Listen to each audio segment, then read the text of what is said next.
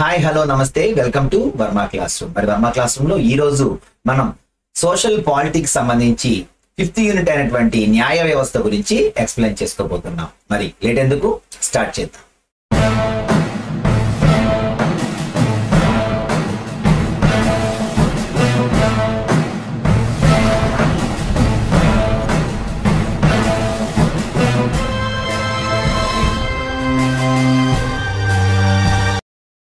న్యాయ వ్యవస్థలో మనం చూసుకుంటే ప్రభుత్వ అంగాలలో ఒకటిగా ఉన్నటువంటి న్యాయ వ్యవస్థ భారత ప్రజాస్వామ్య నిర్వహణలో ఒక కీలక పాత్ర పోషిస్తుంది అని చెప్పారు. అంటే ఎవరికైనా ప్రాథమిక హక్కులు కావచ్చు, ప్రాథమిక విధులు కావచ్చు, అలాగే మనం తీసుకుంటే పౌర హక్కులు కావచ్చు. ప్రతి మనిషికి ఉన్నటువంటి హక్కులు, బాధ్యతలు, విధులు, నియమాలు ఇలాంటివన్నీ కూడా మరి ఎక్కడైనా మనం తప్పినప్పుడు కానీ లేదంటే మనకి ఎక్కడైనా అన్యాయం జరిగినప్పుడు కానీ మనం దేనికోసం ఆశ్రయిస్తాము అంటే న్యాయం కోసం ఆశ్రయిస్తాం. మరి అలాంటి న్యాయాన్ని అందించేటువంటి న్యాయ వ్యవస్థ దేని కంట్రోల్లో ఉండకూడదు, అది స్వతంత్రంగా పనిచేయాలి. అందువల్లనే ప్రజాస్వామ్య వ్యవస్థలో స్వతంత్రంగా పనిచేసే న్యాయ వ్యవస్థని కూడా మనమే ఏర్పరచుకున్నాం భారత రాజ్యాంగంలో. సో ఇక్కడ చూసుకుంటే స్వతంత్ర న్యాయ వ్యవస్థ అంటే ఏంటి? స్వతంత్ర న్యాయ వ్యవస్థ అంటే స్వతంత్రంగా పనిచేస్తుంది న్యాయ వ్యవస్థ. ఎవరి జోక్యాన్ని కలగజేసుకోకుండా పౌరులకు ఎటువంటి మరి ఇబ్బంది కలిగినా, ఎటువంటి అన్యాయం జరిగినా స్వతంత్రంగా ఉంటూ మరి ప్రభుత్వానికి లొంగకుండా మరి పనిచేస్తుంది. కాబట్టి దీన్ని స్వతంత్ర న్యాయ వ్యవస్థ అని పిలిచారు. సో నెక్స్ట్ చూసుకుంటే దీనిలో న్యాయ వ్యవస్థ యొక్క పాత్ర ఏమిటి? సో న్యాయ వ్యవస్థ ఏం చేస్తుందండి? దీనికి మనకి ఏమేమి ఇచ్చారు అంటే అది చేసేటువంటి పనులు ఇక్కడ ఇవ్వడం జరిగింది. ఈ పేజ్ లో మనం చూసుకుంటే వివాదాల పరిష్కారాన్ని సూచిస్తుంది. మరి న్యాయ వ్యవస్థ అనేటువంటిది ఏం చేస్తుందండి? వివాదాల యొక్క పరిష్కారం చేస్తుంది. అది పౌరుల మధ్య కావచ్చు, అలాగే పౌరులకు ప్రభుత్వానికి మధ్య కావచ్చు, రెండు ప్రభుత్వాల మధ్య కావచ్చు, కేంద్ర రాష్ట్ర ప్రభుత్వాల మధ్య కావచ్చు. అంటే వివాదాలు ఎక్కడ జరిగినా, నీకు నాకు గొడవ జరిగింది, సో పౌరుల మధ్య గొడవ జరిగితే మనం కోర్టుకు వెళ్ళొచ్చు. అలాగే పౌరులకు ప్రభుత్వానికి మధ్య మన హక్కులను ఏదైనా కాలరాసేటప్పుడు మనం ప్రభుత్వానికి ఎగనెస్ట్ గా మనం పోరాడతాం. సో అప్పుడు మనకి ప్రభుత్వానికి మధ్య పోరాటంలో కూడా మరి ఈ హైకోర్ట్స్ కావచ్చు, సుప్రీం కోర్ట్స్ కావచ్చు, ఈ న్యాయ వ్యవస్థ అంతా కూడా మరి మనకి పరిష్కారం కోసం ప్రయత్నిస్తుంది. అలాగే మరి రెండు రాష్ట్ర ప్రభుత్వాలు అంటే ఒక తమిళనాడు, కర్ణాటక, మరి కర్ణాటక, గోవా, ముంబై, మహారాష్ట్ర, అలాగే మనం చూసుకుంటే చుట్టుపక్కల రాష్ట్రాలతో మనకి చాలా సరిహద్దు వివాదాలు కావచ్చు, జల వివాదాలు కావచ్చు జరుగుతూ ఉంటాయి. వీటన్నిటినీ కూడా పరిష్కారం అనేటువంటిది మరి ఈ వివాదాల పరిష్కారం అన్ని కూడా మనకి హైకోర్టు కావచ్చు, సుప్రీంకోర్టు కావచ్చు చేస్తుంది అనమాట. అలాగే చూసుకుంటే కేంద్ర రాష్ట్ర ప్రభుత్వాలకు కూడా అంటే మనం చూసుకుంటా ఉంటే చాలా రకాల పథకాలు కేంద్ర ప్రభుత్వం అమలు చేస్తూ ఉంటుంది, వాటిని రాష్ట్ర ప్రభుత్వం కూడా అమలు చేస్తూ ఉంటుంది. వాటి యొక్క నిధుల భాగస్వామ్యాల్లో ఏమైనా పొరపచ్చాలు వచ్చినప్పుడు కేంద్రం విధించేటువంటి ఏదైనా పథకం వలన మన రాష్ట్ర ప్రభుత్వానికి ఇబ్బంది కలిగింది అనుకోండి, అప్పుడు కూడా మన కేంద్రానికి రాష్ట్రానికి వచ్చేటువంటి ఇబ్బందుల గురించి మరి స్వతంత్రంగా పనిచేసేటువంటి న్యాయ వ్యవస్థ మరి నిర్ణయాలు తీసుకోవడం జరుగుతుంది. కాబట్టి వివాదాల పరిష్కారం అనేటువంటిది పౌరుల మధ్య కావచ్చు, పౌరులకు రాష్ట్రానికి మధ్య కావచ్చు, రాష్ట్రాల మధ్య కావచ్చు, కేంద్రానికి రాష్ట్రానికి మధ్య కావచ్చు. వీటన్నిటి మధ్య మరి వివాదాల పరిష్కారం చేసేందుకు మరి సుప్రీంకోర్టు కావచ్చు, హైకోర్టు కావచ్చు, ఇవి తగు నిర్ణయాలు తీసుకొని న్యాయాన్ని రక్షిస్తూ ఉంటాయి అన్నమాట. అలాగే న్యాయ సమీక్ష అధికారం. సో ఏంటి న్యాయ సమీక్ష అధికారం అంటే judicial review. So what is judicial review? So ఇక్కడ మనం చూసుకుంటే పార్లమెంటు కొన్ని చట్టాలను ఆమోదిస్తూ ఉంటుంది. మరి ఆమోదించిన చట్టాలు ఏమైతున్నాయో అవి రాజ్యాంగ మౌలిక స్వరూపాన్ని గనక ఉల్లంఘించినట్లు భావిస్తే, అంటే మరి మౌలిక స్వరూపమైనటువంటి భారత రాజ్యాంగంలో ఏదైనా చిన్న మార్పు చోటు చేసుకుంటుందేమో, దానివల్ల పౌరులకు వారి హక్కులకు, వారి విధులకు ఎటువంటి విఘాతమైన కలుగుతుందేమో, అలా కలిగినప్పుడు వెంటనే అది ఏం చేస్తుంది అంటే రాజ్యాంగ వ్యాఖ్యాత రాజ్యాంగానికి లోబడి న్యాయ వ్యవస్థ వాటిని రద్దు చేస్తుంది. అంటే చట్టబద్ధం కానటువంటి చట్టాలను, ఆమోదయోగ్యం కానటువంటి చట్టాల గురించి మనం ఆల్రెడీ పోయిన లెసన్ లో చెప్పుకున్నాం. అటువంటి చట్టాలను రద్దు చేసేటువంటి మరి అటువంటి అవకాశం ఎవరికి ఉంది అంటే న్యాయ వ్యవస్థకు ఉంది. దాన్నే మనం న్యాయ సమీక్ష లేక జ్యుడిషియల్ రివ్యూ అంటాం. ఓకేనండి. సో కాబట్టి చట్టాన్ని సమర్థించటం మరియు ప్రాథమిక హక్కులు అమలు చేయటం కూడా మరి న్యాయ వ్యవస్థ యొక్క ముఖ్య కర్తవ్యం. మనం చూసుకుంటే వివాదాల పరిష్కారం కావచ్చు, న్యాయ సమీక్ష కావచ్చు, అలాగే చట్టాన్ని సమర్థించడం మరియు ప్రాథమిక హక్కులు అమలు చేయటం అనేటువంటిది మరి న్యాయ వ్యవస్థలో కీలకమైనటువంటి అంశాలుగా మనం చెప్పుకోవాలి. ఇక్కడ చూసుకుంటే ప్రతి పౌరుడు తన యొక్క ప్రాథమిక హక్కులకు భంగం కలిగినట్టు భావిస్తే సుప్రీంకోర్టు లేదా హైకోర్టును ఆశ్రయించవచ్చు. ఎవరికైనా వారి యొక్క ప్రాథమిక హక్కులకు భంగం కలిగితే మనం వెంటనే దేని నుంచి ఆశ్రయించవచ్చు అంటే హైకోర్టును కానీ సుప్రీంకోర్టును కానీ ఆశ్రయించి మనం తగు న్యాయాన్ని పొందవచ్చు అని చెప్తున్నాడు. ఇక్కడ చూసుకుంటే 7వ తరగతిలో మీరు చదివినట్లు హకీం షేక్ అనేటువంటి వ్యవసాయ కార్మికుడు నడుస్తున్న రైలు బండి మీద నుంచి పడి గాయపడ్డాడు. అతన్ని ఆసుపత్రులు మరి జాయిన్ చేసుకోవడానికి నిరాకరించినాయి. అతని యొక్క పరిస్థితి దాంతో బాగా దిగజారిపోయింది. అప్పుడు సుప్రీంకోర్టు అతని కేసును విచారించినప్పుడు సుప్రీంకోర్టు ఏం చెప్పింది అంటే ఆర్టికల్ 21 ప్రకారం ప్రతి పౌరుడికి జీవించే ప్రాథమిక హక్కులోనే ఆరోగ్య హక్కు కూడా ఉంది అని చెప్పింది. సో ఇక్కడ మనం చూసుకోవాల్సింది ఏంటి అంటే సుప్రీంకోర్టు ఏ ఆర్టికల్ ని బట్టి ఇక్కడ తీర్పు చెప్పింది అంటే ఆర్టికల్ 21 జీవించే హక్కు. ఓకేనండి. సో ఆర్టికల్ 21 జీవించే హక్కు, ప్రతి పౌరుడికి జీవించే హక్కు ఉంది భారతదేశంలో. సో అలా జీవించే హక్కును కోల్పోయేటువంటి ప్రమాదాన్ని గనక ప్రభుత్వాలు తెచ్చినా, కేంద్ర ప్రభుత్వం తెచ్చినా వాళ్ళ మీద యాక్షన్ తీసుకునేటువంటి న్యాయ వ్యవస్థే స్వతంత్ర న్యాయ వ్యవస్థ. ఓకేనా. సో ఇక్కడ మనం చూసుకుంటే ఇక్కడ ఏం తీర్పు చెప్పిందంటే అది నష్టానికి పరిహారం చెల్లించాల్సిందిగా పశ్చిమ బెంగాల్ ప్రభుత్వాన్ని ఆదేశించింది. ఏం చెప్పింది, అయ్యా మీ ఊర్లో ఒక అబ్బాయి వెళుతూ ఉన్నప్పుడు అతను ట్రైన్ నుంచి కింద పడిపోతే ఆసుపత్రులు అతన్ని జాయిన్ చేసుకోలేదు. ఏంటి కారణం? కాబట్టి నువ్వు ముందు నాకు రోగుల ప్రాథమిక ఆరోగ్య సంరక్షణకు తీసుకుంటున్న మార్గసూచి లేక బ్లూ ప్రింట్ తీసుకొని రావాలని ఏకంగా పశ్చిమ బెంగాల్నే ఆదేశించింది. అందుకనే ఇక్కడ ఈ కేసు ఎవరి వర్సెస్ ఎవరు అంటే ఇక్కడ పశ్చిమ బెంగాల్ ఖేత్ మజ్దూర్ సమితి వర్సెస్ పశ్చిమ బెంగాల్ రాష్ట్రం 1996 1996లో జరిగినటువంటి ఈ కేసులో ఇక్కడ ఆ వ్యవసాయ కార్మికుడైనటువంటి హకీం షేక్ ట్రైన్ లోంచి కింద పడిపోయాడు. అతను హాస్పిటల్లో జాయిన్ చేసుకోవడం నిరాకరించారు. వెంటనే అతను సుప్రీంకోర్టులో కేసు వేస్తే ఆర్టికల్ 21 ప్రకారం జీవించే హక్కు ఆ అబ్బాయికి ఉంది. అతను జీవించే హక్కుని మీరు ఎందుకు కాల్ రాస్తున్నారు, అసలు ఏంటి, మీరు తీసుకున్నటువంటి ప్రికాషన్స్ ఏంటి, ప్రాథమిక ఆరోగ్య కేంద్రాల్లో మీరు ఎవరినైనా జాయిన్ చేసుకోవాలంటే ఎటువంటి రూల్స్ అండ్ రెగ్యులేషన్స్ పాటిస్తున్నారు, ముందు నాకు అది ప్రజెంట్ చేయండి అని చెప్పేసి డైరెక్ట్ గా పశ్చిమ బెంగాల్ ఖేత్ మజ్దూర్ సమితి వాళ్ళు వేసిన కేసుకి ఎగనెస్ట్ గా పశ్చిమ బెంగాల్ రాష్ట్రానికే మరి తాకీదులు ఇవ్వటం జరిగింది. సో అంటే మన కోసమే మనం న్యాయ వ్యవస్థని ఏర్పరచుకున్నాం. ఎందుకని అంటే ప్రభుత్వాలు ఆమోదయోగ్యం కాని చట్టాలు చేసినప్పుడు, మరి అవి మనకి నష్టాన్ని చేసేటువంటి చట్టాలు చేసినప్పుడు మరి ప్రశ్నించడానికి ఎవరో ఒకరు ఉండాలి. కాబట్టి న్యాయ వ్యవస్థనే ఆ ప్రశ్నించే అధికారాన్ని ఇవ్వటం జరిగింది అనమాట. ఓకేనా. సో ఇక్కడ మనం చూసుకుంటే సుప్రీంకోర్టు బొమ్మ ఇక్కడ మీకు ఇవ్వడం జరిగింది. సో ఇక్కడ మనం చూసుకుంటే ఫస్ట్ ఆఫ్ ఆల్ అసలు సుప్రీంకోర్టు ఎప్పుడు ఏర్పడింది, సో ఇక్కడ మనకు కొన్ని బిట్స్ ఉన్నాయి. సో ఈ బిట్స్ మనం చూసుకుంటూ ముందుకు వెళ్ళిపోదాం. ఓకేనా. సో ఇక్కడ 1773 మీ అందరికీ తెలుసు రెగ్యులేటింగ్ చట్టం.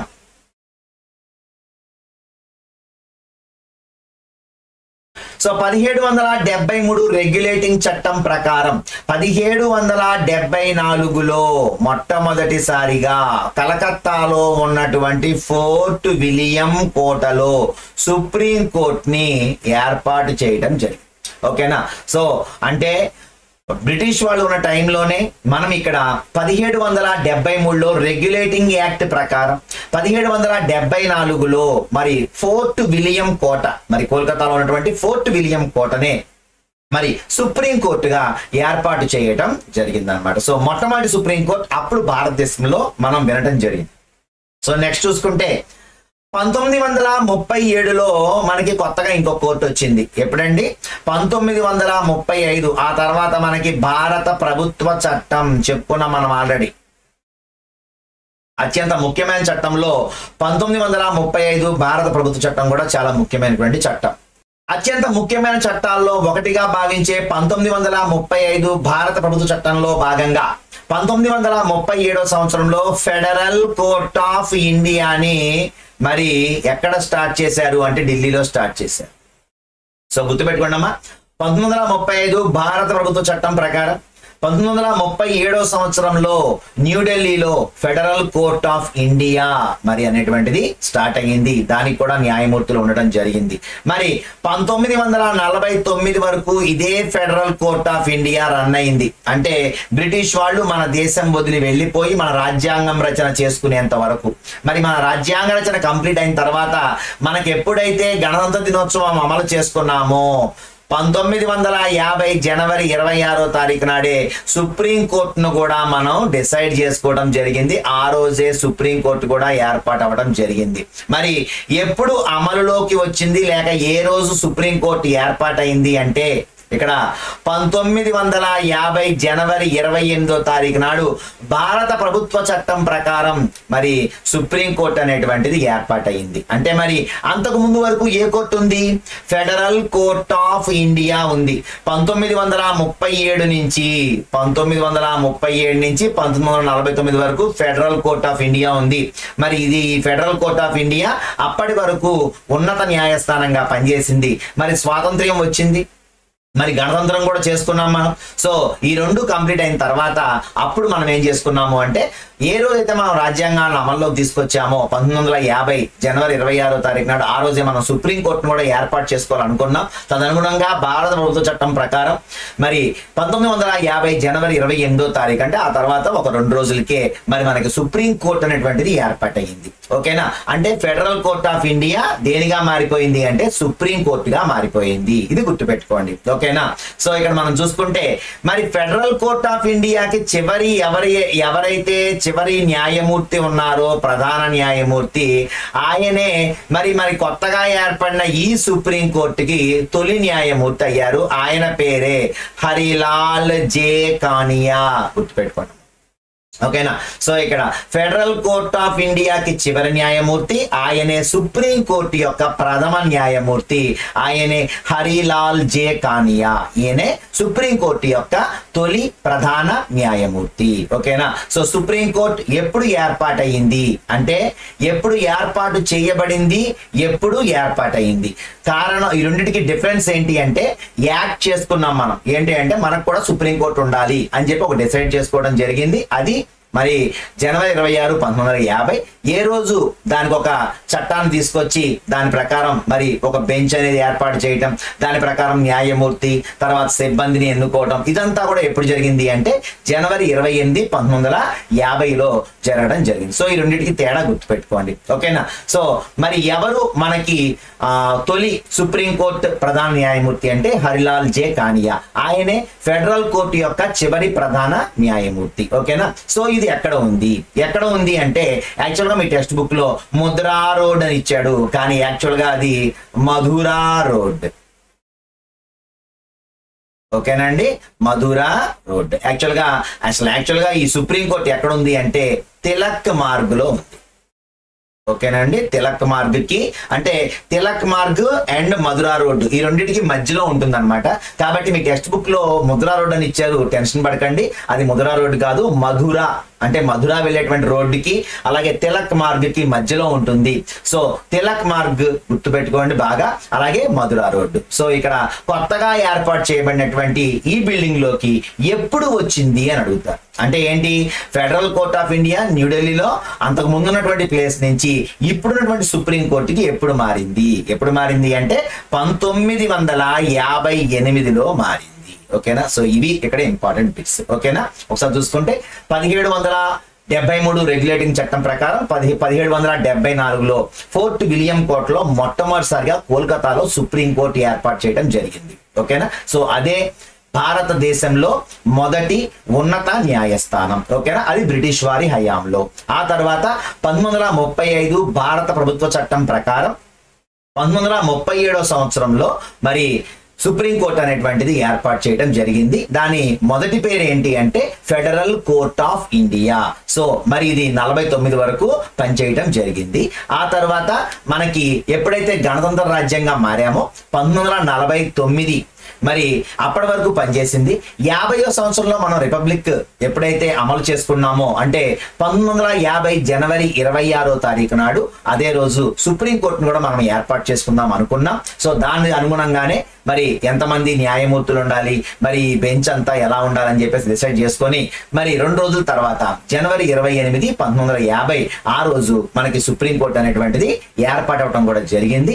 అది ఎక్కడ ఉంది ప్రెసెంట్ అంటే మరి తిలక్ మార్గులో ఉంది. అలాగే మధురా రోడ్డు తిలక్ మార్గ్ ఈ మధ్యలో మనకి సుప్రీంకోర్టు అనేటువంటిది ఉండటం జరిగింది. ఫెడరల్ కోర్టు చివరి ప్రధాన న్యాయమూర్తి అయినటువంటి హరిలాల్ జే కానియా సుప్రీంకోర్టు తొలి ప్రధాన న్యాయమూర్తిగా మారారు. సో ఇవి ఇక్కడ ఈ పేజ్ లో ఇంపార్టెంట్ బిట్స్ అన్నమాట. ఓకేనా. సో నెక్స్ట్ చూసుకుంటే స్వతంత్ర న్యాయ వ్యవస్థ అంటే ఏంటి? సో ఇక్కడ మనం చూసుకుంటే స్వయం ప్రతిపత్తిలో ఒక అంశమే అధికార విభజన. మనం చెప్పుకున్నాం ఆల్రెడీ అధికార విభజన గురించి. అలాగే మనకున్నటువంటి సామ్యవాదం, లౌకికవాదం ఇలాంటివన్నీ కూడా మనం కార్యనిర్వాహక విధులు ఇలాంటివన్నీ చెప్పుకోవడం జరిగింది. సో అందులో ఇక్కడ అధికార విభజనలో రాజ్యాంగం యొక్క ముఖ్య లక్షణంగా మనం చెప్పుకున్న దాంట్లో ఒకటి ఏంటి అంటే అధికార విభజన. అధికారాలను విభజించుకున్నప్పుడు దాంట్లో ఏమున్నాయి? శాసన నిర్మాణ శాఖ ఉంది, కార్యనిర్వాహక శాఖ ఉంది, న్యాయ వ్యవస్థ ఉంది. ఈ 3 పెట్టుకున్నాం. ఎందుకని పెట్టుకున్నాము అంటే శాసన నిర్మాణ శాఖ ఏం చేస్తుంది అంటే శాసనాలు లేక చట్టాలు చేస్తుంది. మరి కార్యనిర్వాహక శాఖ ఏం చేస్తుంది అంటే వాటిని క్షేత్రస్థాయిలో అమలు పరుస్తుంది. ఎక్కడైనా చిన్న తేడా జరిగినా, ఎక్కడైనా అన్యాయం జరిగినా అప్పుడు పౌరులందరూ దేన్ని సంప్రదించాలి అంటే న్యాయ వ్యవస్థని సంప్రదించాలి. సో అందువల్లనే న్యాయస్థానాలు ప్రభుత్వ నియంత్రణలో ఉండవు, వాటి తరపున పనిచేయవు. అందువల్లనే దీని ఏమన్నాం? స్వతంత్ర న్యాయ వ్యవస్థ అన్నాం. అంటే ఏంటి? అవి స్వతంత్రంగా ఇండిపెండెంట్ గా పనిచేసుకుంటాయి. ఓకేనా. సో నెక్స్ట్ చూసుకుంటే హైకోర్టు, సుప్రీంకోర్టు ఉన్నటువంటి న్యాయమూర్తులందరూ కూడా ఇతర ప్రభుత్వ శాఖల పరిమిత జోక్యంతో నియమించబడినప్పుడే పైన పేర్కొన్న విభజన సక్రమంగా పనిచేస్తుంది. ఈ పదవిలో ఒక్కసారి నియమించబడిన తర్వాత న్యాయమూర్తులను తొలగించడం చాలా కష్టం. యాక్చువల్గా కార్యనిర్వాహక శాఖలో కానీ శాసన నిర్మాణ శాఖలో కానీ చిన్న ఎలిగేషన్ వస్తే అతను తప్పించాలంటే పెద్ద ప్రాసెస్ ఏమి ఉండదు. కానీ ఇక్కడ న్యాయమూర్తులను కానీ న్యాయవాదులను కానీ తొలగించాలి అక్కడ మరి ఉన్నటువంటి వాళ్ళని అంటే మరి చాలా కఠినతతో కూడుకున్నటువంటిది అనమాట. అంటే ఎందుకని కఠినంగా ఉన్నాయి రూల్స్ అంటే మరి వాళ్ళకి అనుకూలంగా ఎవరైనా తీర్పు ఇవ్వట్లేదు అనుకున్నప్పుడు ప్రభుత్వాలు అతను తీసేయచ్చు. అవునా. సో అప్పుడు న్యాయం జరుగుద్దా? జరగదు. అందువల్ల ఏం చేశారు అంటే దీన్ని మొత్తాన్ని అంటే ఈ న్యాయ వ్యవస్థ మొత్తాన్ని కూడా ప్రెసిడెంట్ గారి హ్యాండ్ ఓవర్ లో, అలాగే గవర్నర్ గారి హ్యాండ్ ఓవర్ లో, అంటే అక్కడ స్టేట్ మొత్తం కూడానేమో గవర్నర్ గారి హ్యాండ్ ఓవర్ లో, సెంట్రల్ మొత్తం కూడా రాష్ట్రపతి గారి ఆధ్వర్యంలో వీళ్ళని ఎందుకు ఉంచుతారు అంటే ఎక్కడా కూడా వీళ్ళు కార్యనిర్వాహక శాఖకు కానీ శాసన నిర్మాణ శాఖకు కానీ ఎక్కడా తొత్తులుగా ఉండకూడదు. అంటే సామాన్య ప్రజలకు న్యాయం జరగకపోవచ్చు అనేటువంటి విషయాన్ని గుర్తుపెట్టుకొని వీళ్ళు అందువల్లనే దీన్ని స్వతంత్రంగా పనిచేసే వ్యవస్థగా రూపుదిద్దారనమాట. ఓకేనా.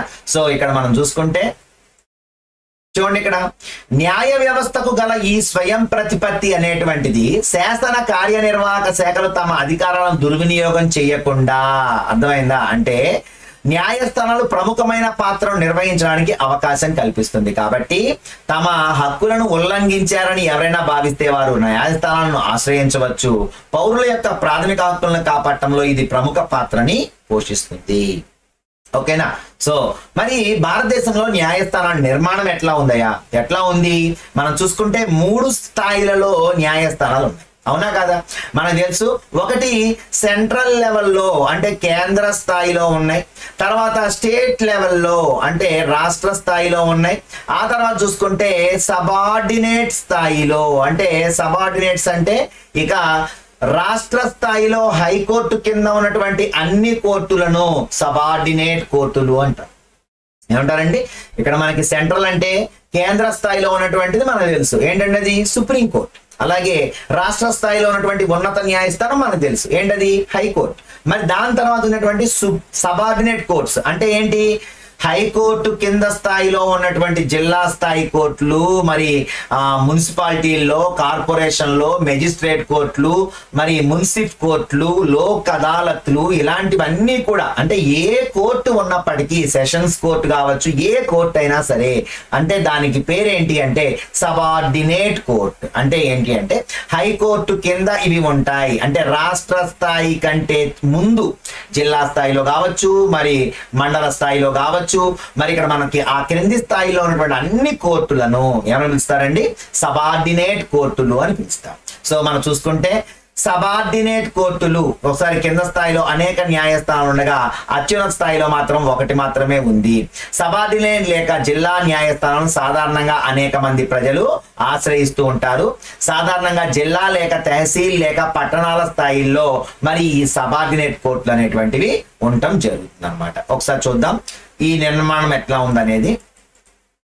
చూసుకుంటే ప్రతి రాష్ట్రం కూడా జిల్లాలుగా విభజించబడింది, అవునా కదా? మరి ప్రతి జిల్లాలో కూడా జిల్లా న్యాయమూర్తి అంటే డిస్ట్రిక్ట్ జడ్జి ఉంటాడు. సో ఈ జిల్లా ఎవరైతే జడ్జి ఉన్నాడో ఇతని ఆధ్వర్యంలో ఒక కోర్టు పనిచేస్తుంది. మరి ప్రతి రాష్ట్రానికి ఒక హైకోర్టు ఉంటుంది, అది ఆ రాష్ట్రానికి అత్యున్నత న్యాయస్థానం.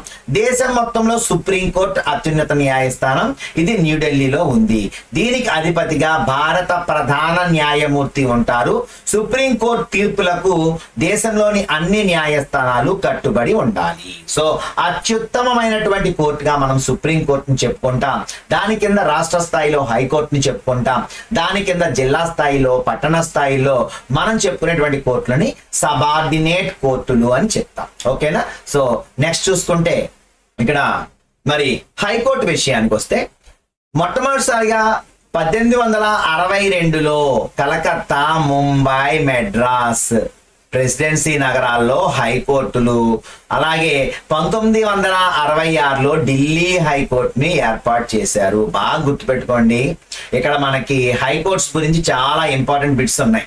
1862లో ఏం జరిగింది అంటే 3 చోట్ల మనకి కోర్ట్స్ ఏర్పాటు చేయడం జరిగింది, హైకోర్ట్స్. అవి ప్రధానంగా తీసుకుంటే ఒకటి కలకత్తా, అలాగే ముంబై, అలాగే మెడ్రాస్.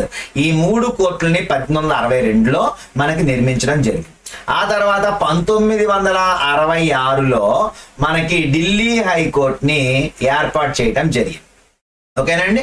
దాని తర్వాత మనం ఇప్పుడు చూసుకుంటే ఇక్కడ ప్రెసెంట్ ఎన్ని హైకోర్టులు కలవు? భారతదేశం మొత్తంలో 25 హైకోర్టులు ఉన్నాయి. ఓకేనండి, 25 హైకోర్టులు ఉన్నాయి. అంటే మరి కేంద్ర పాలిత ప్రాంతాలు ఉన్నాయి, రాష్ట్రాలు ఉన్నాయి. మరి వీటన్నిటికీ విడివిడిగా ఎక్కడా కూడా మనం చెప్పుకున్నాం రాష్ట్రానికి ఒక హైకోర్టు ఉంది అని చెప్పుకున్నాం. అయితే చాలా ప్రాంతాలలో ఉమ్మడి హైకోర్టులు అనేటువంటివి ఉన్నాయి. ఉమ్మడి హైకోర్టులు ఉన్నటువంటివి బాగా గుర్తుపెట్టుకోండి. ప్రధానంగా మీరు గుర్తుపెట్టుకోవాల్సింది ముంబై అండ్ గోవాకి కలిపి, ముంబై అండ్ గోవాకి కలిపి ముంబైలోనే హైకోర్టు ఉంది.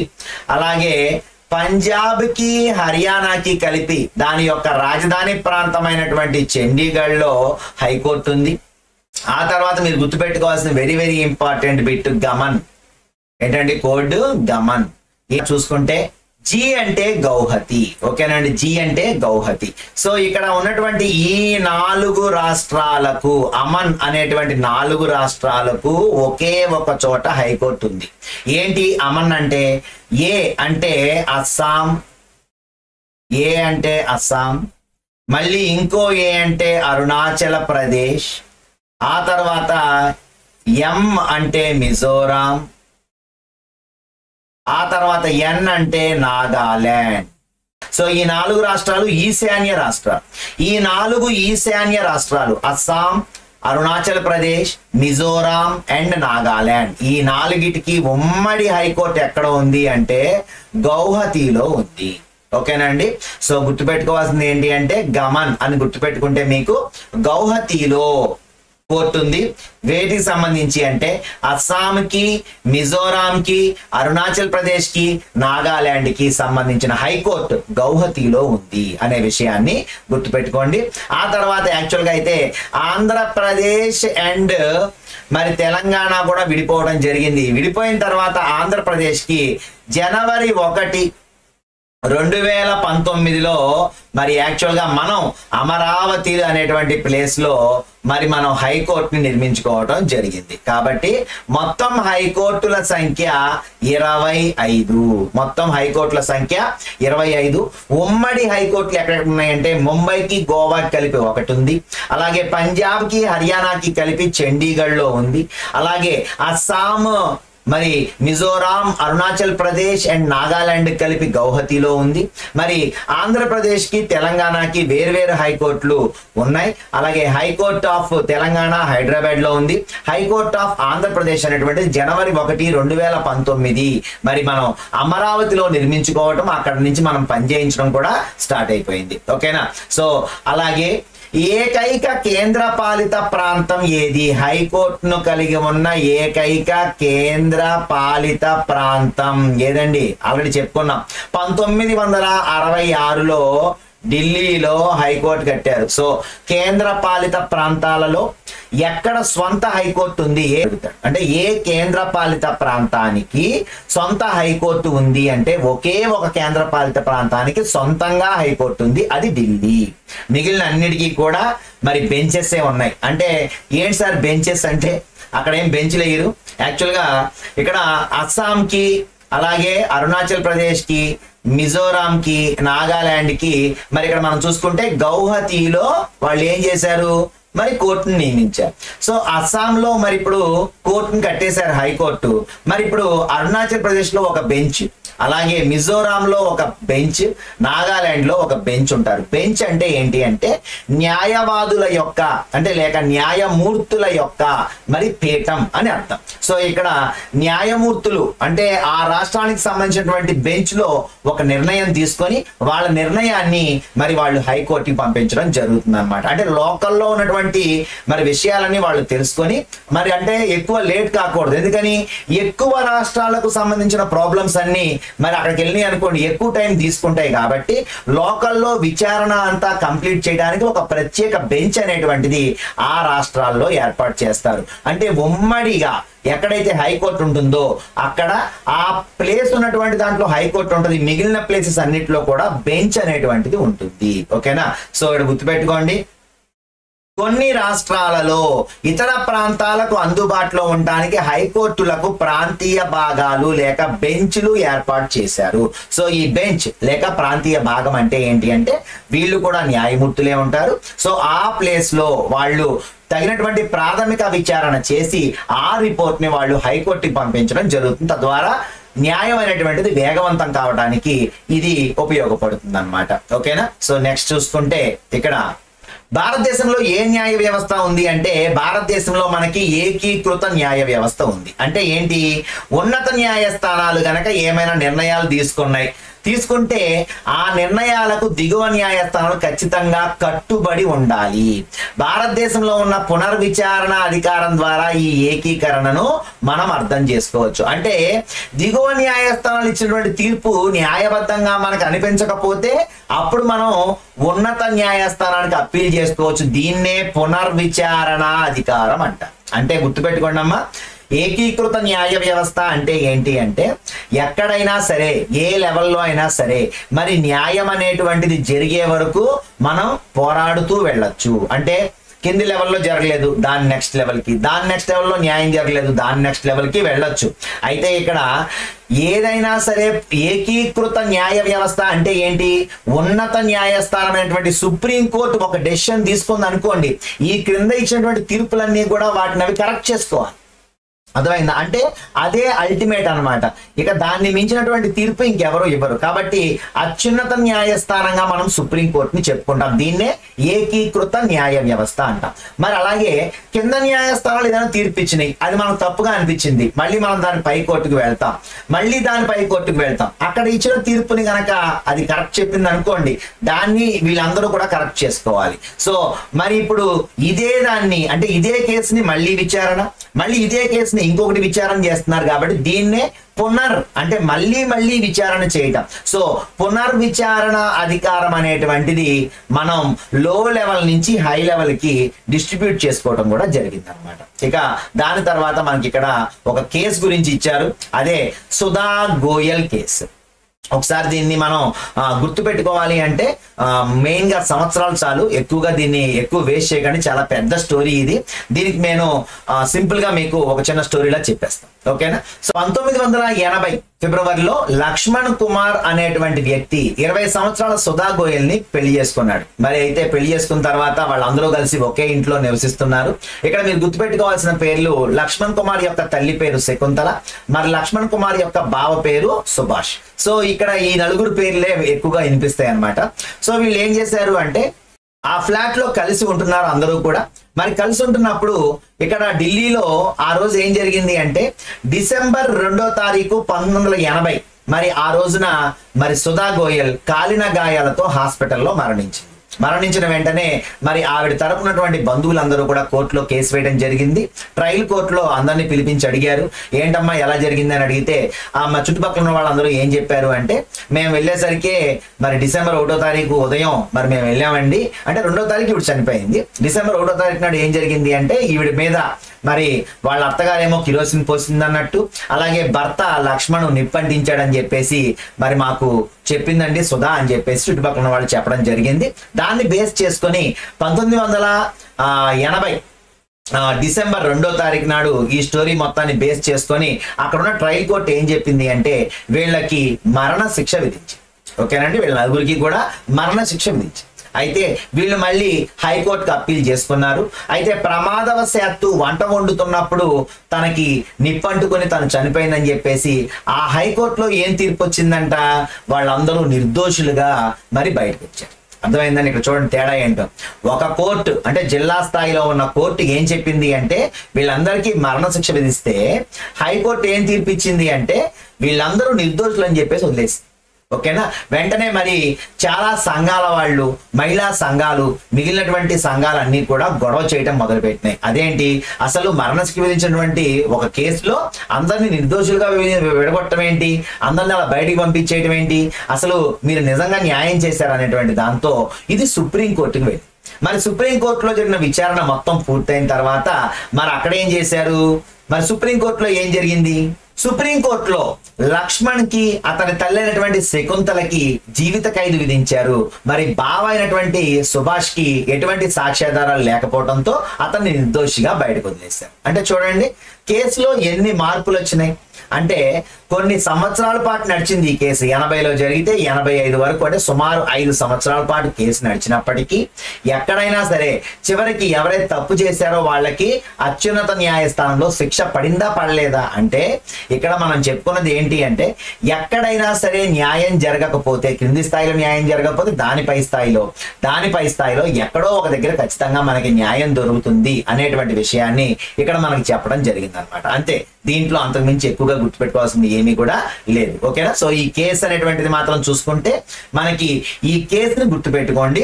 1985 ఓకేనండి, 1985 ఢిల్లీ ప్రభుత్వము వర్సెస్ లక్ష్మణ్ కుమార్. ఓకేనా, ఢిల్లీ ప్రభుత్వం వర్సెస్ లక్ష్మణ్ కుమార్. ఎందుకన్నారు అంటే ఎప్పుడైతే మహిళా సంఘాలు ఇతరులు గొడవ చేశారో ప్రభుత్వమే వాదించింది అనమాట ఆవిడ తరపున. అంటే అన్యాయం జరిగిన దాని తరపున ఎవరు వాదించారు అంటే ఢిల్లీ ప్రభుత్వమే వాదించింది. కాబట్టి ఢిల్లీ ప్రభుత్వం వర్సెస్ లక్ష్మణ్ కుమార్ ఇతరులు అంటే ఎవరు, అత్తగారు మరి బావగారు ఆ కేసులో ఉన్నారు కాబట్టి వాళ్ళు అంటే ఇతరులు అన్నమాట. కాబట్టి ఈ కేసుని ఢిల్లీ ప్రభుత్వం అంటే రాష్ట్రము వర్సెస్ లక్ష్మణ్ కుమార్ ఇతరులు అనేటువంటి ఈ కేసు గురించి ఇక్కడ ఇవ్వడం జరిగింది. ఓకేనా? సో నెక్స్ట్ చూసుకుంటే సబార్డినేట్ న్యాయస్థానాలను సాధారణంగా ఏ పేర్లతో పిలుస్తారండి? Trial court, district judge court, additional sessions judge, chief judicial magistrate, metropolitan magistrate, civil judge లాగా అనేక పేర్లతో పిలుస్తున్నారు అని చెప్పేసి ఇక్కడ మనకి ఇవ్వడం జరిగింది. ఓకేనా? సో నెక్స్ట్ చూసుకుంటే మనకి 2 రకాలైనటువంటి న్యాయ స్మృతులు మరి మనకి ఉండటం జరిగింది. సో ఇందులో మనం చూసుకుంటే గృహహింసకు వ్యతిరేకంగా మహిళలను రక్షించడానికి మనం 2006లో ఒక కొత్త పౌర శిక్షా స్మృతిని ఆమోదించుకున్నాం. ఆల్రెడీ మనం దాని స్టోరీ ముందు లెసన్లో చెప్పుకున్నాం, అవునా? సో ఇక్కడ క్రిమినల్ ప్రొసీజర్ కోడ్ సిపిసి అంటాం, అలాగే civil procedure code, criminal procedure code. ఓకేనా? ఏంటి మనకి ఇక్కడ ఈ రెండింటికి తేడా?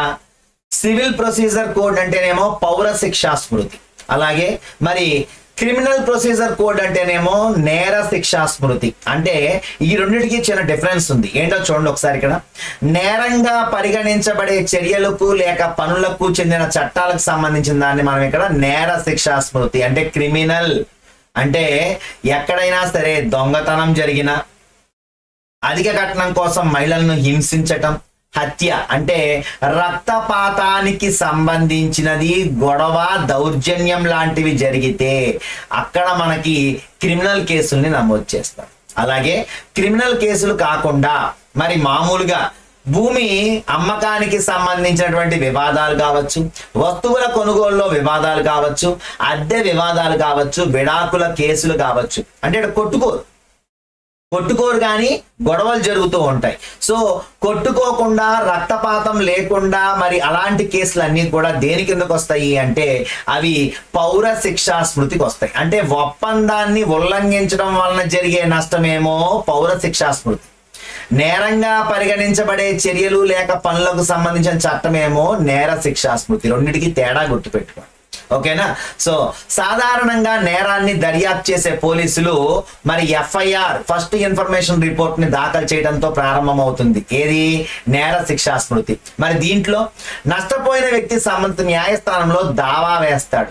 అద్దె వివాదంలో యజమాని గాని కిరాయిదారుడు గాని కేసు దాఖలు చేయాలి. సో ఇక్కడ మనకి ఏంటి, ఈ పౌర శిక్షా స్మృతిలో ఏం జరుగుద్ది అంటే ఎవరైతే ఇబ్బంది పడుతున్నారో వాళ్ళే వెళ్ళి కేసు వేసుకుంటారు. కానీ మరి ఇక్కడ క్రిమినల్ ప్రొసీజర్ కోడ్ లో ఏం జరుగుద్ది, ఫస్ట్ ఏదైతే నేరం జరిగిందో, దొంగతనం, హత్య ఇలాంటివి జరిగినప్పుడు ముందు ఎవరు వస్తారు?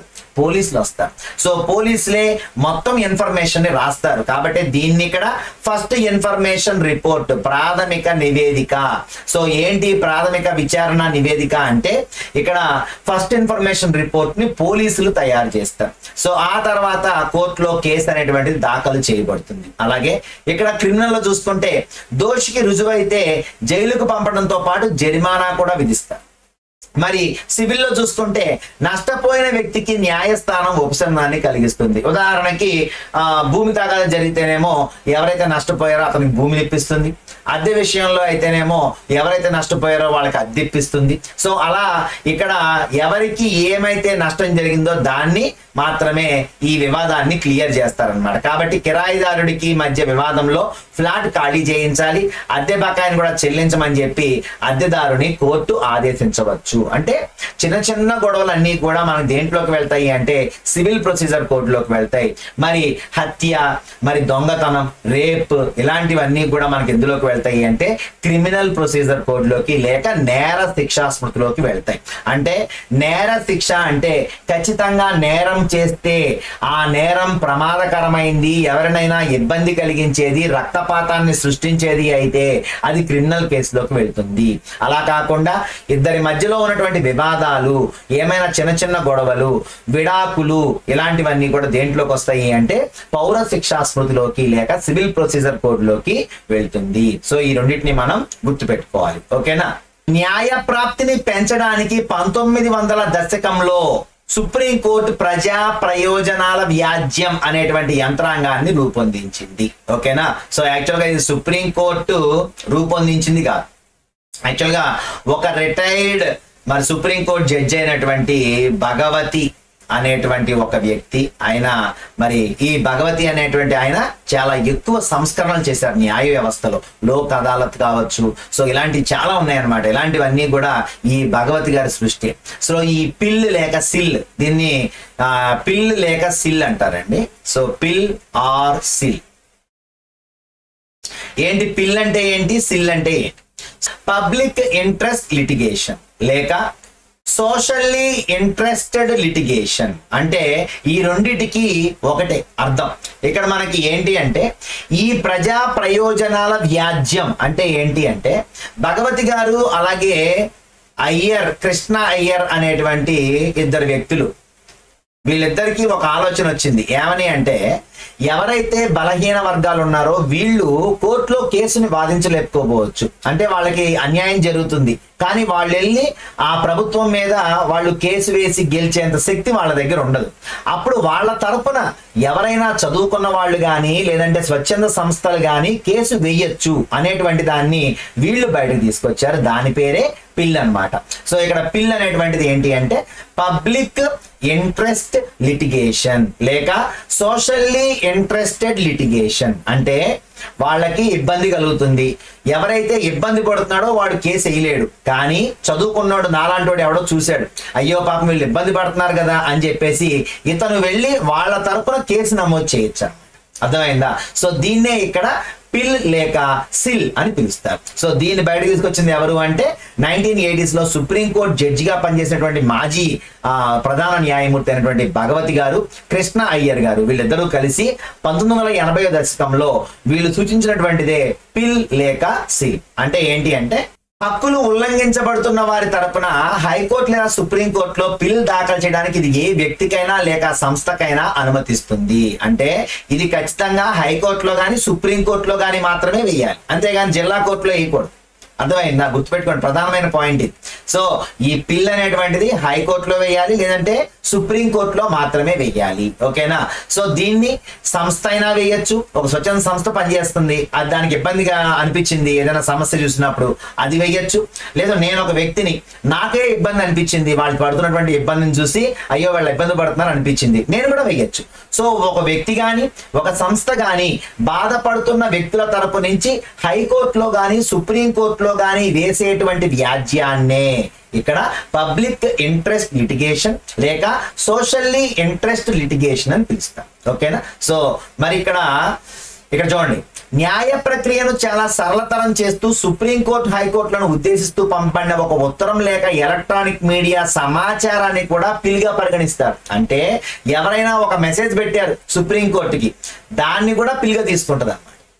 అర్థమైందా? అంటే వెళ్ళి మనం కేసు వేయాల్సిన అవసరం లేదు, అక్కడికి వెళ్ళి ఒక న్యాయమూర్తిని సంప్రదించి లేదా ఒక న్యాయవాదిని కలిసి మనం అక్కడికి వెళ్ళి మనం పిల్ వేయాల్సిన అవసరం లేదు.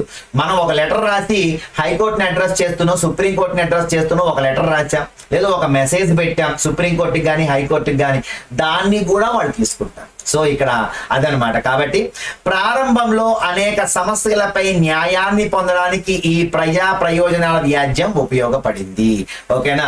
సో చూస్తే ఇక్కడ మనకి ఒక చిన్న ఉదాహరణ ఇచ్చారు. ఏంటా ఉదాహరణ అంటే 2001లో రాజస్థాన్ ఒరిస్సాలో కరువు సంభవించిందట. సంభవించినప్పుడు ప్రభుత్వ గిడ్డంగుల్లో బోల్డ్ అంత ధాన్యం ఉంది, అదంతా ఎలకలు తింటున్నాయి, కానీ వీళ్ళు ప్రజలకి పంచిపెట్టట్లా. కరువు వచ్చింది, అందరూ కొట్టుమిట్టాడుతున్నారు. అప్పుడు ఏం జరిగిందంట, ఒక సంస్థ, ఏంటది, people's union of civil liberties అనేటువంటి సంస్థ ఏం చేసింది అంటే ఒక పిల్ వేసింది. ఏమని, గిడ్డంగుల్లో ఇన్ని ధాన్యాలుంటే మరి కరువు వచ్చి అని చెప్పి పిల్లలందరూ అన్నం లేక అలమటిస్తుంటే మీరు గిడ్డంగుల్లో పెట్టిన దాన్ని ఏం చేస్తారు అబ్బాయి, దాన్ని బయటకి ఇవ్వండి, ప్రజలకు ఇవ్వండి అని చెప్పేసి వాళ్ళు ఒక పిల్ని నమోదు చేశారు. చేస్తే అప్పుడు ఏమంది, రాజ్యాంగంలోని ప్రాథమిక హక్కు అయినటువంటి ఆర్టికల్ 21 జీవించే హక్కు ప్రకారం ఆహారం పొందే హక్కు కూడా ఉంది మీకు అని చెప్పి గిడ్డంగుల్లో ఉన్న ఆహార ధాన్యాలన్నీ కూడా మీరు వెంటనే కూడా అందరికీ ఆహారం అందించాలి అని చెప్పి సుప్రీంకోర్టు తీర్పు ఇచ్చింది అన్నమాట.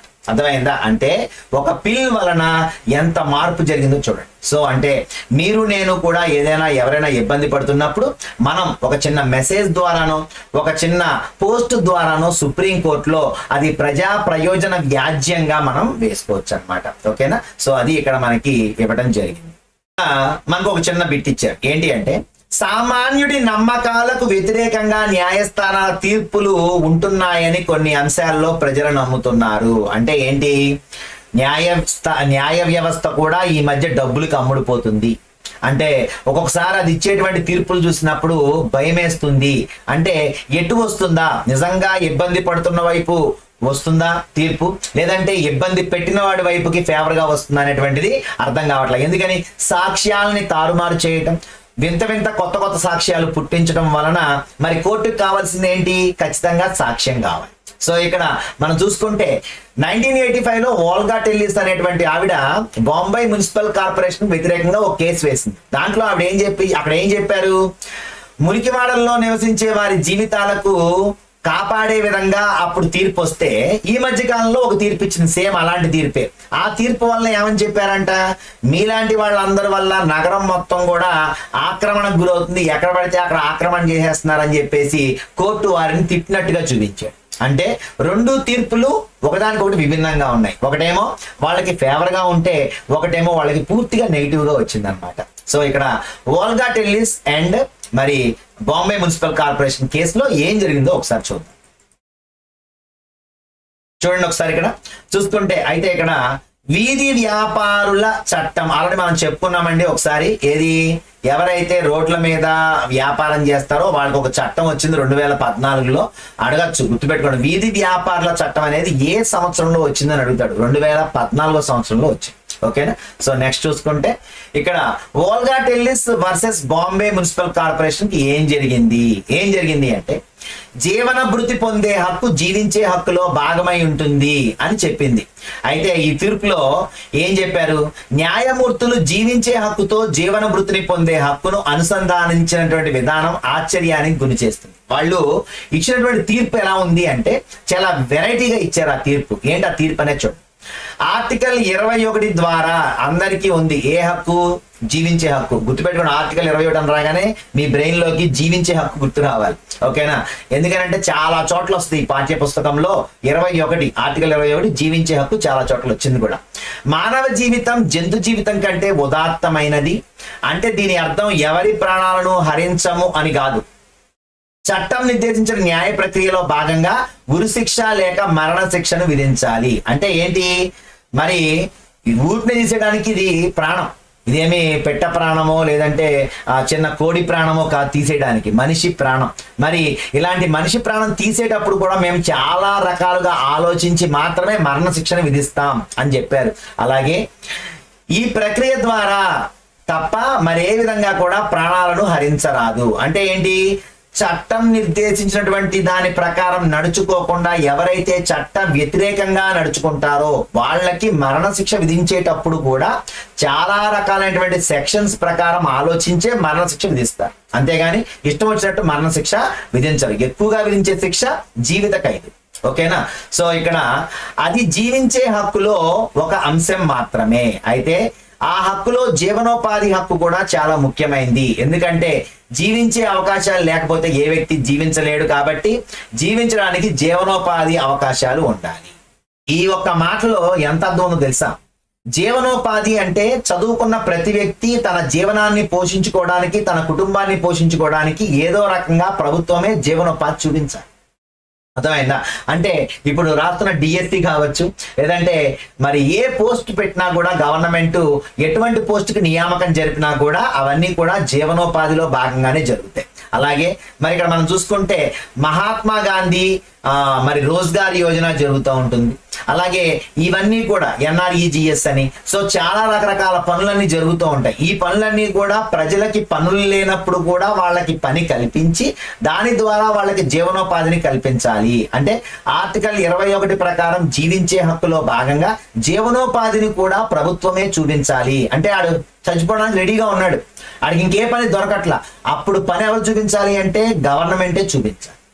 అర్థమైందా. సో కాబట్టి ఇక్కడ రోడ్డు పక్కన పేవ్మెంట్ లో మురికివాడలో నివసించే వ్యక్తిని ఖాళీ చేయించడం అంటే అతని జీవనోపాధి లేకుండా చేస్తుంది. అంటే ఏంటి, చాలా మంది అంటారు మురికివాడల్లో ఉండే వాళ్ళని ఖాళీ చేయించేస్తున్నారు అంటే అతన్ని ఖాళీ చేయించకపోతే అతను ఆక్రమించుకున్న స్థలం కదా, అతను ఆక్రమించకపోతే ఏం చేస్తాం, మరి అతను ఆక్రమించుకున్న స్థలంలో అతను ఉంచుతామా మరి అని అడుగుతారు చాలా మంది. యాక్చువల్గా అతను పొట్ట పోసుకోవడానికి చాలా కష్టంగా ఉంటేనే ఆ మురికి వాడలో, ఆ మురికి ఇళ్లలో వాళ్ళు ఉంటూ ఉంటారు. అంటే వాళ్ళు ఏమి బలిసినోళ్ళు కాదు, వాళ్ళు ఏమి ఆక్రమించుకోవడం కోసం వచ్చిన వాళ్ళు కాదు, పొట్ట పోసుకోవడానికి వచ్చిన వాళ్ళు. మరి సాయంత్రం అయ్యేసరికి నిద్రపోవడానికి ఒక ప్లేస్ కావాలి కాబట్టి వాళ్ళు ఆ మురికి వాడల పక్కన చిన్న చిన్న ప్లేసెస్ లో వాళ్ళు చిన్న చిన్న గుడిసెలు వేసుకొని ఒకే చిన్న గదిలో 4, 5, 10 మంది కూడా ఉండేటువంటి హౌసెస్ ఉన్నాయి. మరి అలాంటి హౌసెస్ లో వాళ్ళు ఉంటూ వాళ్ళు దేనికోసం కష్టపడుతున్నారు, వాళ్ళ పొట్టని పోషించుకోవడానికి. అవునా కదా. సో ఇక్కడ వాళ్ళు ఏం చెప్పారు అంటే పిటిషనర్లు మురికివాడల్లో రోడ్డు పక్క నివసిస్తున్న వారు అంటే సమీప నగరంలో చిన్న చిన్న పనులు చేసుకుంటున్నారు. వాళ్ళకి నివసించడానికి మరే ప్రదేశం లేదనేది సాక్ష్యాధారాల ద్వారా స్పష్టం అవుతుంది. కాబట్టి వారు పనిచేసే ప్రదేశానికి దగ్గరలో ఉన్న రోడ్డు పక్కన మురికివాడల్లో ఉంటున్నారు. అక్కడ వారు ఉండకపోతే వారికి ఆ పని కూడా ఉండదు. మరి చివరికి అర్జీదారుని అతను ఉన్న ప్రదేశం నుంచి తొలగించడం వలన జీవనోపాధిని కోల్పోతాడు. ఫలితంగా అతను తన జీవించే హక్కు కోల్పోతాడని చెప్పేసి మరి Olga Tellis and Bombay Municipal Corporation లో సుప్రీం కోర్ట్ ఆఫ్ ఇండియా ఇచ్చినటువంటి తీర్పు ఎంతో ఉదాత్తమైన తీర్పుగా చెప్పుకోవచ్చు. ఓకేనా? అంటే ఎవరైతే పాపం పొట్టపోసుకోవడానికి ఆ ఊరు వచ్చి మురికివాడల పక్కన చిన్న చిన్న ఇళ్ళు వేసుకుని ఉంటున్నారో వాళ్ళని మీరు ఖాళీ చేయమంటం వలన వాళ్ళు జీవనోపాధిని కోల్పోతారు. జీవనోపాధిని కోల్పోతే అతను జీవించే హక్కును కూడా కోల్పోతాడు. అతను ప్రాణాలను తీసుకొని చనిపోతాడు కూడా. ఆ చనిపోయినటువంటి ఆ చావుకి ఎవరు బాధ్యత వహిస్తారని చెప్పేసి మరి కోర్టు సుప్రీం కోర్టు ఇక్కడ డైరెక్ట్ గా ఆ వ్యక్తులను అడిగింది అనమాట. ఓకేనా? సో అంటే ఇదే Olga Tellis and Bombay Municipal Corporation లో మరి ప్రధానమైనటువంటి తీర్పుగా చెప్తారు. ఓకేనా? సో నెక్స్ట్ చూసుకుంటే ఇక్కడ మనకి ఒక చిన్న కేసు గురించి ఇవ్వడం జరిగింది. 1987 సంవత్సరంలో 22వ తేదీన మేరట్ లో హసీంపురా అనేటువంటి ప్లేస్ లో మరి 43 మంది కుటుంబ సభ్యులని హత్య గావించినటువంటి ఒక కేసులో ఆ కుటుంబంలో ఉన్నటువంటి ఆడవాళ్ళందరూ కూడా ఆ కేసుకు న్యాయం చేయాలని చెప్పి సుమారు 31 సంవత్సరాలు పోరాడారు. మరి వాళ్ళ ఫలితంగా ఆ పోరాట ఫలితంగా 1987లో ఈ కేసు జరిగితే 2002 వరకు ఉత్తరప్రదేశ్లోనే ఈ కేసును ఉంచుకొని 2002లో ఈ కేసును ఢిల్లీ కోర్టుకి మార్చడం జరిగింది. ఆ తర్వాత 2018లో తీర్పు ఇచ్చారు. అంటే సుమారు 31 సంవత్సరాల తర్వాత తీర్పు ఇవ్వడం జరిగింది. అంటే మరి అంతకాలం వాళ్ళ జీవితాన్ని నష్టపోయినట్ట లాభపడినట్ట? అంటే కోర్టులలో జరుగుతున్నటువంటి ఈ జాప్యం అనేటువంటిది ఒక రకంగా చెడ్డది. కాబట్టి ఇంత జాప్యం ఎప్పుడు జరగకూడదు. న్యాయాన్ని అందిస్తున్నావు 1 సంవత్సరమో 2 సంవత్సరాలు ఓకే, గానీ మరి 31 సంవత్సరాలు అంటే నిజంగా ఆ తప్పు చేసిన వాడు శుభ్రంగా 31 ఏళ్ళు బతికి చచ్చిపోతాడు కూడా. ఆ చచ్చిపోయిన తర్వాత నువ్వు తీర్పిచ్చి ఉపయోగం ఏముంది? అవునా కదా? కాబట్టి తీర్పు అనేటువంటిది వెంటనే జరగాలి. న్యాయం అనేటువంటిది ఎవరైతే నష్టపోయారో వారికి వెంటనే జరగాలి. సో కాబట్టి ఇక్కడ ఏమన్నాడు? న్యాయం అందించటం ఆలస్యం కావటం అంటే న్యాయాన్ని నిరాకరించటమే అని చెప్పారు. అంటే సామాన్య వ్యక్తి అన్ని సంవత్సరాలు ఏ కేసు కోసం ఎదురు చూడకూడదు. అంటే సామాన్య వ్యక్తికి నువ్వు న్యాయం అందించడం ఆలస్యం అయిందంటే నువ్వు అర్థం ఏంటి? నేను న్యాయాన్ని నీకు ఇవ్వలేనని చెప్పేసి మరి నిరాకరించడమే కదా. సో అది కూడా ఇక్కడ మనకి చెప్పడం జరిగింది అనమాట. ఓకేనా? సో నెక్స్ట్ చూసుకుంటే ఇక్కడ మనకి కోర్టుల యొక్క స్వరూపాన్ని మనం చూసుకుంటే మనకి సబార్డినేట్ కోర్టులు మనం చూసుకుంటే సివిల్ కి, క్రిమినల్ కి, రెవెన్యూ కి మరి విభాగాలు అనేటువంటివి ఉన్నాయి. సో ఈ విభాగాలను ఒకసారి మామూలుగా ఒక మాటలో వినేసేయండి. సో సివిల్ కోర్టులు ఏమైతే ఉన్నాయో దానికి డిస్ట్రిక్ట్ జడ్జి ఉంటాడండి, అలాగే సబ్ జడ్జి ఉంటాడు, మున్సిఫ్ ఉంటాడు, అలాగే లోక్ అదాలత్ ఉంటుంది. అలాగే క్రిమినల్స్ వరకు వచ్చేసరికి క్రిమినల్ కోర్టులో విభాగాలు చూసుకుంటే sessions judge, metropolitan first class magistrate, second class magistrate, third class magistrate. మరి రెవెన్యూ పరంగా చూసుకుంటే బోర్డ్ ఆఫ్ రెవెన్యూ, అలాగే కమిషనరు, కలెక్టరు, తహసీల్దారు, అసిస్టెంట్ తహసీల్దార్. సో మనకి ఈ విభాగాల్లో న్యాయ ప్రక్రియని నిర్వహించడానికి ఇన్ని రకాలైన విభాగాలు మనకి ఎక్కడ ఉంటాయి? సబార్డినేట్ కోర్ట్స్ లో ఉంటాయి. సో ఇక్కడ మనకి లోక్ అదాలత్ అనేటువంటిది మీ అందరికీ తెలుసు. ఈ లోక్ అదాలత్ అనేటువంటి దాన్ని మరి మనకి చాలా విస్తృతంగా పరిచయం చేసింది 1982లో మరి దీన్ని ఫస్ట్ వాడటం జరిగింది. మరి ఈ లోక్ అదాలత్ అంటే ఏంటి అంటే మరి కేసుల్ని ఎక్కువ కాలం న్యాయం జరగకుండా మరి ఉంచాలి అంటే మరి చాలా ఎక్కువ టైం స్పెండ్ చేయాలి, లాయర్లకి ఎక్కువ డబ్బుని ఖర్చు పెట్టాలి. అలా కాకుండా కొంతకాలం తర్వాత వాళ్ళిద్దరు ఏదో కోపంలో కేసు పెట్టుకున్నారు, కొంతకాలం తర్వాత వాళ్ళిద్దరి మధ్య సయోధ్య కుదర్చడము, లేదంటే వాళ్ళిద్దరికి ఏదో ఒక పర్మనెంట్ సొల్యూషన్ ని చూపించడం ద్వారా మరి వాళ్ళిద్దరిని ఒప్పించి ఆ కేసును కొట్టేయించడం ద్వారా మరి కేసుల సంఖ్య అనేది తగ్గిపోద్ది అనమాట. సో దీన్నే ఇక్కడ మనం లోక్ అదాలత్ అని పిలుస్తాం. ఈ లోక్ అదాలత్లు మరి మెగా లోక్ అదాలత్ అని, అలాగే మరి చూసుకుంటే మొబైల్ లోక్ అదాలత్ అని చాలా రకరకాల అదాలత్లు జరుగుతూ ఉంటాయి అన్నమాట. ఒక్కోసారి దేశం మొత్తం మీద ఒకే రోజు అన్ని కోర్టులో లోక్ అదాలత్ పెడతారు. ఆ రోజు ఎవరైనా సుముఖంగా ఉండి నా కేసు నేను కొట్టేయించుకుంటాను, మేమిద్దరం కలిసిపోయాం అనుకుంటే ఆ కేసుని తీసేయించుకోవచ్చు. ఎవరైతే జిల్లా జడ్జిగా వ్యవహరించారో అటువంటి వ్యక్తి ముందే ఈ మెగా లోక్ అదాలత్ కావచ్చు, మొబైల్ లోక్ అదాలత్ కావచ్చు, ఇక్కడ సమస్యల పరిష్కారం అనేటువంటిది వాళ్ళిద్దరి మధ్య సయోధ్య కుదిరినప్పుడు ఆ కేసుని కొట్టేయించుకొని ఆ కేసును తీసేయించుకోవడానికి ఈ లోక్ అదాలత్ అనేటువంటివి బాగా ఉపయోగపడతాయి అన్నమాట. సో ఇది మొత్తం మీద మనకి మన న్యాయ వ్యవస్థకు సంబంధించినటువంటి టోటల్ లెసన్. ఓకేనా? సో ఈ లెసన్ మీకు బాగా అర్థమైందని భావిస్తాను. మరి ఎవరైనా కరెంట్ అఫైర్స్ కావాలంటే జయాస్ టీచింగ్ టెక్నిక్స్ అనేటువంటి ఒక మేడం గారు మరి కరెంట్ అఫైర్స్ కూడా చెప్పడం జరుగుతుంది. మేడం గారు కూడా గవర్నమెంట్ టీచరే. సో ఈ విధంగా చాలా మంది డిఎస్సి అభ్యర్థుల కోసం ఆవిడ కూడా క్లాసెస్ చేస్తున్నారు. సో ఎవరైనా మరి కరెంట్ అఫైర్స్ కావాలి అనుకుంటే జయాస్ టీచింగ్ టెక్నిక్స్ అనేటువంటి మరి దాన్ని మీరు యూట్యూబ్ లో సెర్చ్ చేయండి, మీకు ఆవిడ ఛానల్ కనిపిస్తుంది. మరి మీకు వీలైతే ఆవిడ ఛానల్ సబ్స్క్రైబ్ చేసుకోండి, చేసుకొని ఆ వీడియోస్ కూడా చూడండి. ఓకేనా? మరి ఇంకా ఏమైనా మీకు ఏమైనా డౌట్స్ ఉంటే కామెంట్స్ లో పోస్ట్ చేయండి. మీకు ఇంకా ఏమైనా వీడియోస్ కావాలంటే కూడా కామెంట్స్ లో పోస్ట్ చేయండి. మళ్ళీ కొత్త వీడియోస్ తో మీ ముందుకు వస్తాను. అంతవరకు మీ సురేష్ కుమార్.